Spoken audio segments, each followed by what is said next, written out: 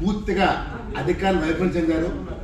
మరి ఈరోజు పాసుల విషయంలో భక్తులు ఇవాళ ఆన్లైన్లో ఇస్తా అని చెప్పి పాసులు ఎవరిని ఓపెన్ చేస్తుంటే ఇంకా పెట్టలేదని చెప్పి అంటారు ఆన్లైన్ టికెట్.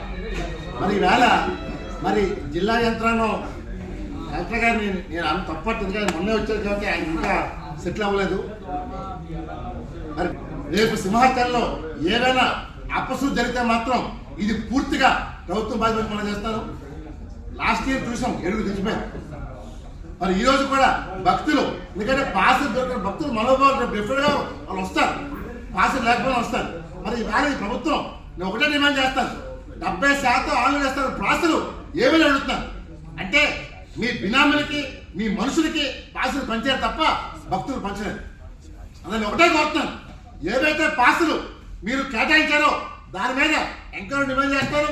నిజమైన భక్తులకి రేపు పాసులు లేకుండా వాళ్ళు శోభ గురి చేస్తారు. దయచేసి చంద్రబాబు నాయుడు గారు మీరు దీనిపై